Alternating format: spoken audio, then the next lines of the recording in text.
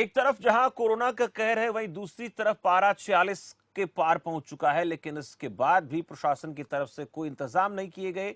अब बड़ी समस्या यह है कि दुकानदारों को जिस वक्त दुकान खोलने का आदेश दिया गया है, उस वक्त भीषण गर्मी रहती है, जिसकी वजह से दुकानों के सामने और सड़कों पर सन्नाटा पसरा रहता है।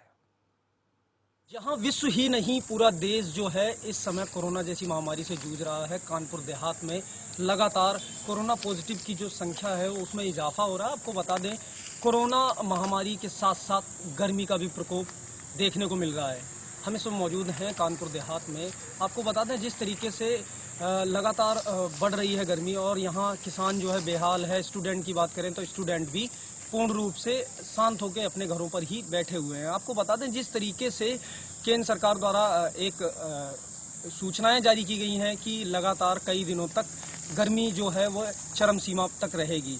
बात करें लू के थपेड़े जो हैं यहाँ के किसानों पर भी बहुत बुरी तरीके से पड़ रहे हैं। हमारे बीच एक किसान मौजूद है, उनसे पूछते हैं कि कितना फर्क पड़ा है। कोरोना भी है और साथ में गर्मी की प्रचंड सीमा भी।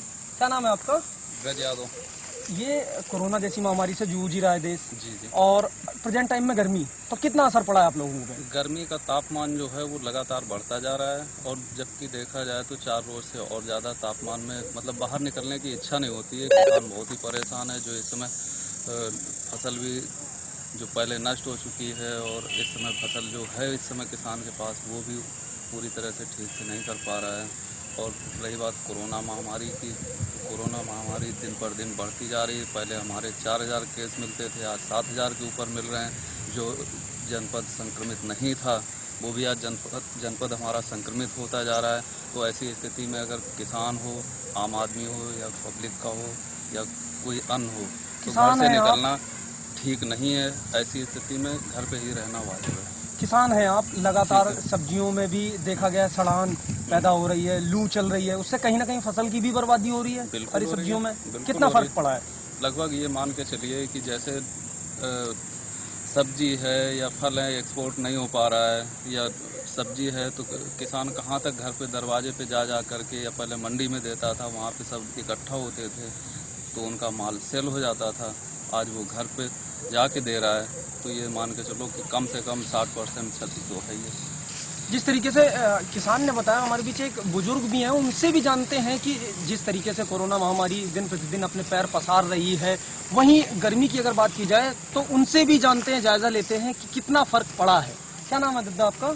हमारा नाम दिसंबर है। दिसंबर जी, गर्मी का भी तापमान चरम सीमा पे है, इसको लेके क्या कहेंगे? गर्मी बहुत ज़्यादा पड़ रही है। दिन में भी गर्मी होती है, लू चलती है, और रात में भी गर्मी होती है। रात दिन का मौसम दोनों खराब चल रहे हैं इस समय। बात करें बिजली विभाग की, तो बिजली विभाग की तरफ से आपकी जो बिजली है वो समय पे आप लोगों को पूर्ति की जा रही है या फिर नहीं? नहीं हो पा रही है। नहीं हो पा रही है ना? तो कितना फर्क पड़ा है आपकी जीवन शैली पे? बहुत बड़ा फर्क पड़ा है जीवन शैली में। अच्छा, और कोरोना की अगर बात करें तो कोरोना में भी इजाफा हो रहा है, लगातार केसेस मिल रहे हैं। कोरोना में भी इजाफा हो रहा है। जिस तरीके से हमारे भी बुजुर्ग थे, उन्होंने बताया कि कहीं ना कहीं कोरोना की महामारी के साथ साथ गर्मी का भी प्रचंड रूप यहाँ देखने को मिल रहा है। अब देखने वाली बात यह होगी कि इन हालातों में यहाँ के ग्रामीण अपना जीवन निर्वाहन करने में सक्षम हो पाते हैं या फिर नहीं। कानपुर देहात से विशाल मिश्रा, खबर फास्ट।